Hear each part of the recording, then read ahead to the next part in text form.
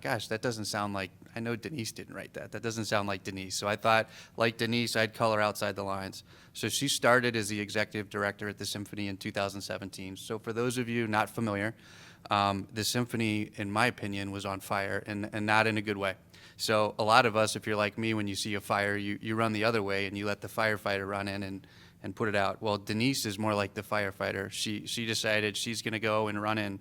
She became the executive director and very quickly did a few things. She negotiated a collective bargaining agreement, which for those of you that have ever been involved in those, they're very difficult, and they were with 2 or 3 different parties. She also was able to negotiate a lease to move the Symphony into the Capitol Square building. And then her first 2 fiscal years, she did so well that the Symphony did not have a deficit, so they didn't have to dip in to the reserves to cover any shortfalls. So a lot of people have asked, how'd you do that? And I think what happens is a lot of people, I don't want to say they get confused, but they focus probably on Beethoven or the violin or the music. Well, the Symphony, while it's a nonprofit, it is a business. And as I look around, you guys are all CEOs or in the C-suite. Sales matter, and a lot of people will tell you they can sell until you give them a goal, and then they don't hit it. Right? I mean, we've all been there. Sales matter. I think some of you have said that your sales plummeted during the pandemic. Well, wouldn't it be interesting to pick somebody's brain who's selling a nonprofit? I can't think of anything more discretionary, who increased sales. It's actually amazing. It's worthy of note, right? So, in fact, if you Google Columbus Symphony, you're going to see a lot of press that's out there. So I still think it's a pretty big secret in Columbus. I'm hopeful after hearing Denise speak today, it will no longer be a secret in this room. But that's what I've been impressed about Denise, is she can really sell. She gets to the heart of the matter, and she's increased. We had our best year ever, and that's in a pandemic. And that, I don't care if you're for-profit, nonprofit, that's incredible. So I'm very excited to introduce Denise Rehg, Executive Director of the Columbus Symphony.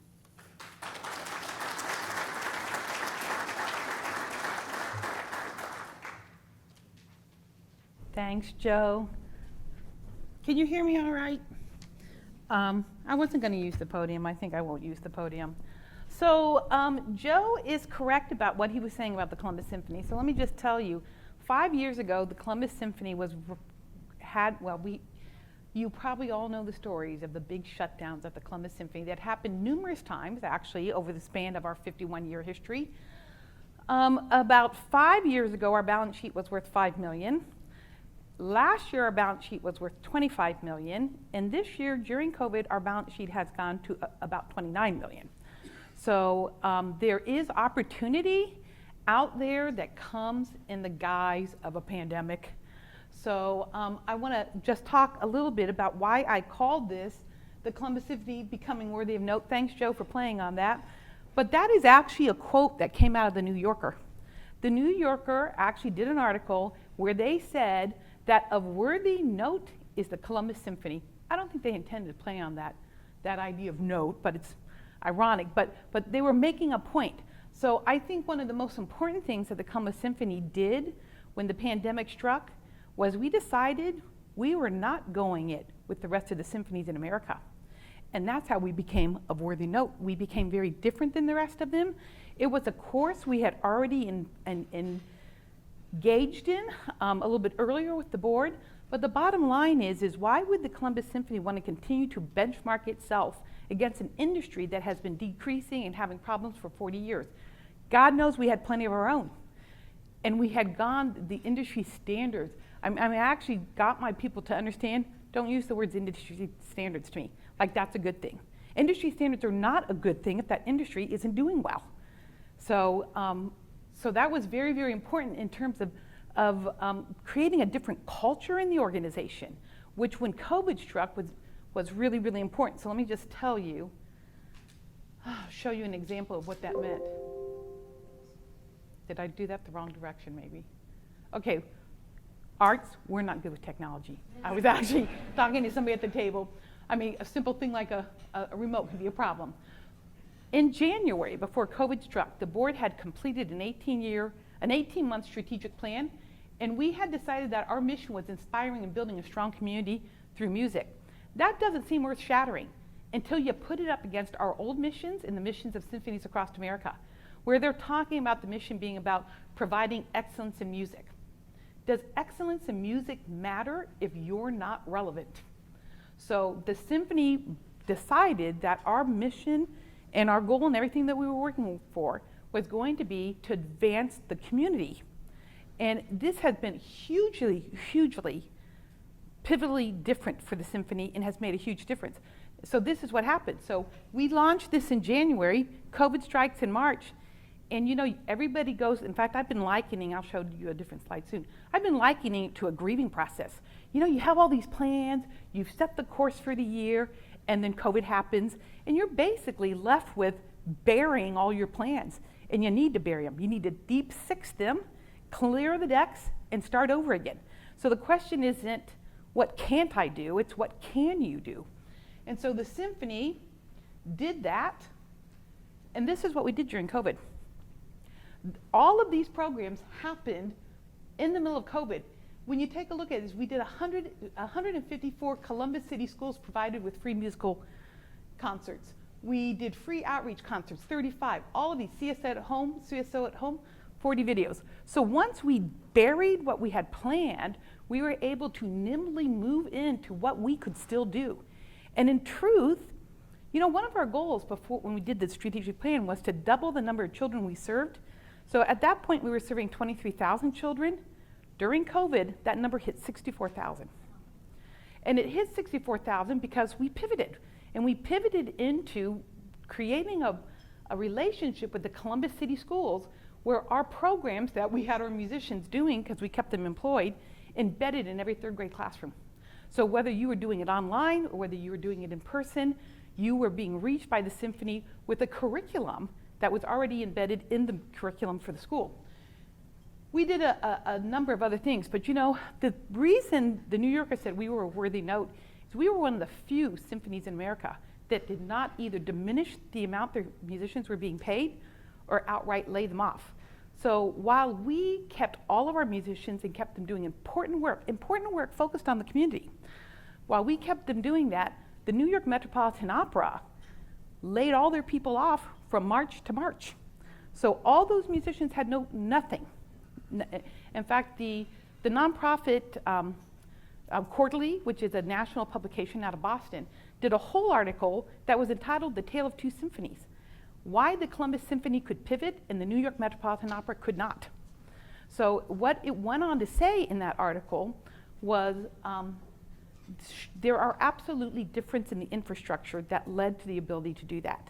But that the Columbus Symphony was positioning itself in such a way that we would most likely raise our brand and would come out of COVID in better shape. And so that has actually proven to be true. I think the board, thanks Joe, I think the board's very happy with the outcome, but more importantly, we think the community is happy with the outcome. And it really is about keeping communication lines open with all your people. So, you know, we communicate all the time via 40,000, we have a 40,000 website, internet group of people that we regularly communicate with, but we did something more importantly too. So when I went to a retreat for the Columbus Consortium of Cultural Leaders, there was a great deal of discussion about the fact that the stakeholders in the community were saying things like we needed to get some economy of scales by mergers, et cetera, et cetera. The symphony decided right then and there, while all the other art leaders were talking about why they couldn't do what they needed to be doing, I'm sitting there drafting a letter to the community stakeholders telling them what the Columbus Symphony is doing. And we sent this document with a letter to the 500 what we considered most influential people in the community. So there are some of you in this room who are on that list. I've ran into a couple of you. The idea is we had to keep positioning ourselves as positive, proactive, service-oriented, making a difference, and this was a great way to do it, and I can't tell you how many thousands of people have now seen this, but it also got picked up by the media. So to Joe's point, if you were to go to our website today, we have got numerous coverage by the newspapers, radio, TV. In fact, truthfully, you can tell my voice is a little quivery. I hate publicly speaking. I don't like interviews. I have done more interviews in the last 6 months than I have done in my entire career combined. So it's just been on and on and on. But this is really, to us, why we do what we do. I mean, you know, there were lots of talks earlier, and I think it's really, really true about creating that vision for your team and keeping them in there. The Columbus Symphony only has 14 full-time staff members. We subcontract for other services. We have been all in. I mean, we did 20 free community concerts in September in 9 days, which with a staff of 14 meant we were drafting everybody we could get off the staff, but we were also drafting all our volunteers to show up to help us handle that. So I'm going to, this is sort of the diagram and the way of thinking that the symphony went through. So we started out with being shocked, just like everybody else, right? We were shocked. And while many of our like partners across the nation in the symphony world stayed in that space, they really stayed in that space. I refused to allow my people to say we had shut down. Everybody in the industry is saying, when are you going to reopen? You know, when did you shut down? The symphony refuses to use the words reopening. We refuse to use the word shut down. We're not reopening because we never did shut down. So we did all those other things. So we allowed ourselves to be in that space, and then we took the best minds. We are a very creative group, obviously. But you know, you throw you all into a conference room, and you say, okay, it's a whiteboard. Starting over. What are we going to do? What can we do in line with what our mission said? And you saw the outcome on the other sheet. Then we started to pivot right away. We started to create the world and how it would look for us. And actually, every opportunity that comes up, we take advantage of it as long as it stays within our scope of mission and vision, right? One of the worst things nonprofits do, and it could happen in for-profit as well, I'm less familiar with it, is you mission drift, or you get your eye off the ball, or you don't stay focused on the most critical parts of what you do, and then before you know it, you really have put yourself, like the symphony's done in the past, in a shutdown situation. So we did that, and then once we accepted it, and we started laying it all out, people start piling in. I'm going to give you an example. So just yesterday, I'm in the boardroom with my leadership team. You know, we are doing patriotic pops. We are all in this year, by the way, for the guys. Anybody, Kevin, I know you're here. Anybody who knows about Picnic with the Pops, the symphony is all in. We are having Picnic with the Pops. We are bringing Michael Bolton. We are bringing in Vogue if we can get them. We are all in. But take a pause for just a second. We're trying to figure out, we've been sending out telegrams to the community that says, you know, we are dedicating this piece of music to you, frontline workers, because you have taken care of the rest of us. So we've been doing those sorts of things. For the last 6 months, we've got one coming out for Mother's Day. Anybody wants to receive the Mother's Day telegram, let me know, I'll put you on the list. My vice president of marketing says, so it's not, there's economy of scales in doing 2 concerts. And if we have to pay for Michael Bolton twice, we can't afford that. But Patriotic Pops is largely homegrown. We'll bring in a Broadway singer, Nick Kenji, but most of it happens right here in town. So we decided just yesterday, though there is no money in it for us from ticket sales, we are going to we're going to do a concert on Friday and on Saturday. The Saturday is a public one. Friday will be free to all veterans and all healthcare workers and their families. So, and you see, we get a round of applause, but you can see why that matters to the symphony. We are 65% dependent on donations, and our donations are actually going through the roof. I mean, they really are, because people want us to be doing that. They want us to make a difference in the employees, in their employees' lives, and in the lives of their families. And when the symphony decided it was going to pivot instead of shutting down, and it was going to do things, it is with this in mind. Hold on, I want to watch my time. Am I okay? You know, many of you may not know the story of the Leningrad Symphony, but Shostakovich wrote the Leningrad Symphony. It was a tribute to the blockade of Leningrad. More than 1.5 million people starved to death in those 900 days. So midway through it, they decide that they're going to perform that symphony in the Leningrad Hall. So 15 musicians only were left of that group, 15. Others had starved to death, others had died, others had managed to escape. 15 left, ragtag, poor, they pulled out their concert wear, they pulled out their instruments, and the people in Leningrad put out a call for any musicians to come play. So they worked and worked and worked, because you're working with a non-professional group of players at that point. And while the bombs were dropping around them, they performed that Leningrad Symphony in a hall to a full house. That is the image our staff had in their head when COVID struck. We decided that it was the same as almost as being blockaded, and we were going to be there for our community to shine some light into the darkness. It sounds Pollyanna-ish, it sounds idealistic, but then that is what we do. We believe those things, and because we believe them, we do them. Because we believe them and it does affect people, the community supports us. So I have to tell you that this has been really, really interesting. Being proactive, clearly we've done that.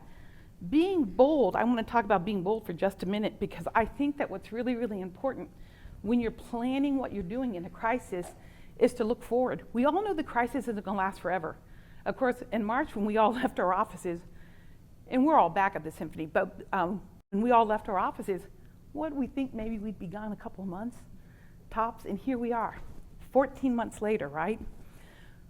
But when we started to pivot and think about what we were doing, we kept in mind the long-term goal of what we were trying to accomplish through our mission. And you saw our vision was to become an exemplar, a dynamic exemplar of the Symphony.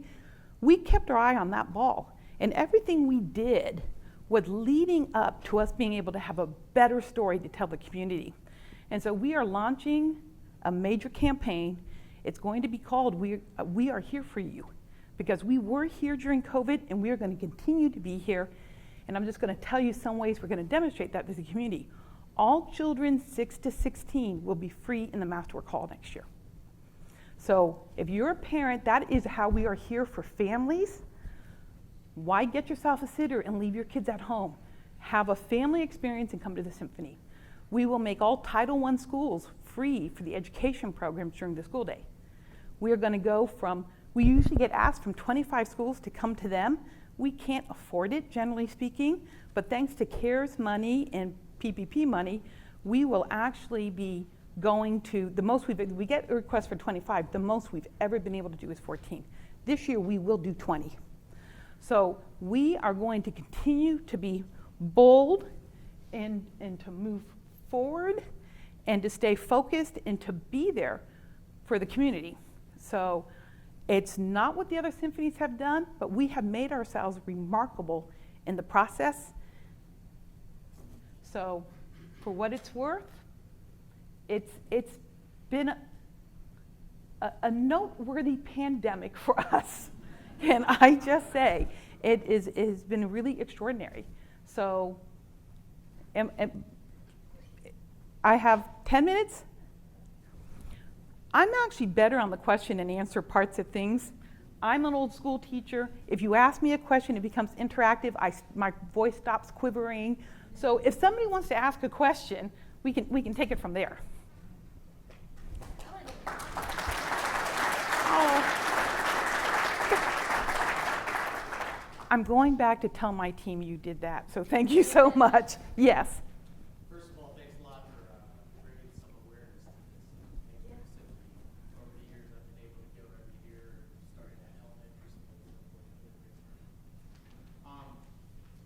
If this were to happen again, God forbid, and so forth, what is the first lesson learned? And it's branching into another question. What would you do different? Okay. What is the first thing that we would do? We would go straight from that shocked into the pivot. What would I have done differently? I might have stayed shocked less long. I mean, quite truthfully, how many of you, just by showing, how many of you, by a show of hands, thought this would last more than 6 months? Well, okay, there are a few of you who had a crystal ball that was less cloudy than mine. I surely thought we would be out of this by the summer. We had to cancel picnic, we had to do everything. So I think that what I would say, and I kept telling the other leaders of the arts the other symphonies, which I meet with on a regular basis via Zoom, right? Don't be the deer caught in the headlights of the car. That deer gets run over. I mean, you really need to pivot quickly, and I hear that over and over again, where people who are speaking were saying about how they identified quickly and made changes and wanted to be the guy in front when everybody started thinking about it. I think that there's a great deal amount of wisdom in the idea of don't be a Johnny-come-lately to the survival mode. When will you pivot back to and change direction as to where you had to move off and switch gears? Never. So let me just tell you something. Thank you for asking that question, because I will tell you, we learned so much during COVID. We will never abandon some of the undertakings that we've done. So there will be, so I'll give you an example. So it's let's do the third grade curriculum, right? Why would I stop providing the Columbus City Schools with a third grade curriculum that every child in the city schools can see? Why would we stop doing we're not going to do 20 concerts in 9 days, but I suspect this year we're going to do 15 concerts in 9 days, completely and totally free to the community. So do we have the resources for that? Well, temporarily we do, but we do also, because that whole conversation about cash and having cash, the Symphony actually has the resources now. We are not going to abandon the good things that we learned out of COVID. So when people say, when are you going back to normal? If you're talking about the old normal, the answer is never. We've learned a lot, and we are committed. In fact, we have upped the ante. Christopher Purdy just interviewed me. God, I hate interviews, but Christopher Purdy just interviewed me. He was absolutely taken with the idea that we would make the Symphony Hall free to 6 to 16-year-olds in Masterworks. He said and Christopher would know, because he knows more than I do about all this stuff. He doesn't know another symphony in America that does that. So do we like to be in the front? We spent years of our lives as a symphony benchmarking ourselves against the industry. And when I was the head of Culture Works in Dayton, we used to refer to the Columbus Symphony as the most mismanaged symphony in America. It had, in fact, when they hired me, they had a consultant come in from the league, and the consultant looked at me and said, Denise, the dysfunction of the Columbus Symphony is legendary. We don't care. We don't care about the past. We don't care about even what the industry is doing. I ask my peers about information because I'm curious and because I want to avoid things that I can, et cetera, et cetera. But this is the stance the Symphony has taken. We no longer are benchmarking ourselves against them. We are going to do the right thing for this community. In 2 years' time, they can all benchmark themselves against us. We mean it, and we're going to do it. And we are well on our way to doing it. So thanks for the question. But going back to normal, we don't even aspire to do that.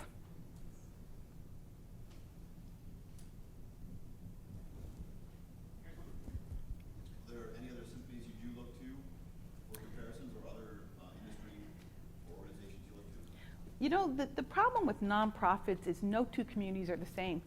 And you are so dependent on the construction of your community, you can look to other symphonies, and I still do, for information, for seeing how things work for them, to see histories, lessons that could be learned, but to look for them to help us decide where we're going. And literally in that fashion, the answer is, I know it sounds a little arrogant, but I guess the answer is kind of no. I mean, we want to avoid the same pitfalls, but again, I don't think any symphony in America is going to tell you that in the last 5 years, their balance sheet has quadrupled. More, plus. So we are thinking that the real answer, we touched upon it many, many times. The real answer is to identify the need. And the need is never the same, actually, in every community. So you've got to get the nuances right, and you've got to actually identify those needs really with a critical lens.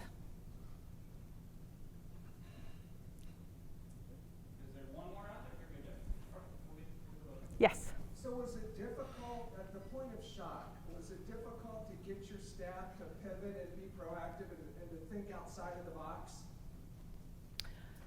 We had already started moving in that direction, so our staff was already well versed. And being so small, we can get the input of everybody pretty quickly. It's always difficult to get people to go off of what they're used to, right? So I'm not going to deny that there was some of that still going on, and there's some of that still going on even today. But we had already developed a culture of this kind of change management. So I can't say they were shocked. I have to tell you they were still worn out by the intensity of it all, because we were easily putting in 50, 60-hour work weeks those first several months. Bob talked a little bit in his comments about finding your passion during COVID. Joe mentioned the idea that a lot of nonprofits aren't focused on the business side of things as much, where they should be operating. You seem to be very passionate about both. What drives you? Does one lead the other, or how do you balance that? What drives it? I should say neuroses, but what drives it? It is an unsaleable, not to be deterred belief that the impossible can happen. You know, what amazed me with the partners across the symphony world is that they gave up so quickly. So I think what is really, really important when you're working in nonprofits is that you don't lose track of the mission, and the mission should drive everything, including fiscal responsibility.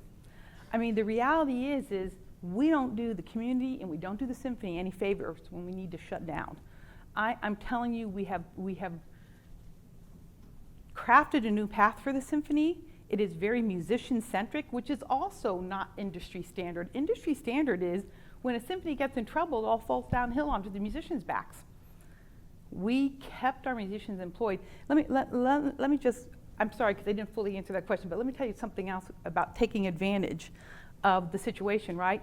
So the rest of the symphony world shut down. You have New York Metropolitan Opera musicians who've been unemployed for 12 months. So what do you think the symphony's doing? We are loading in this year. The entire time I've been with the symphony, we have not loaded in all our full-time musicians. We are loading them in this year. The reason we're loading them in this year is because we think there are musicians from the tier 1 symphonies who will move to Columbus and work for the Columbus Symphony and provide value for all of you, because we took care of our musicians during COVID and their current companies did not. So there are silver linings in everything. You got to take advantages of them. But the same passion that drives me to believe in the symphony drives me to be fiscally responsible for it. There's one more out there. Here we go. This is it. How many new donors did you pick up through the pandemic? Oh, I wish I had looked that number up before I came here. So I'll tell you, this is what I'll tell you. Probably not as many new donors as you would think, but as we kept educating our people about what we were doing, people kept sending us more checks. So I got multiple checks from people. People would show up for live concerts because we've been doing live concerts since October. They've been selling out since January. They're restricted numbers, so it's not as big as it sounds. We can only have 230 people in the house right now. But the people, big donors of mine, would show up. They're also subscribers. They've already paid for their tickets, and they'd leave a check with me when they left. The more you can show them that you're adding value, the more those who love you more. So, and when we launch that campaign, We're Here For You, I suspect we'll pick up a bunch of new donors. Excellent. Denise, thank you. Thank you.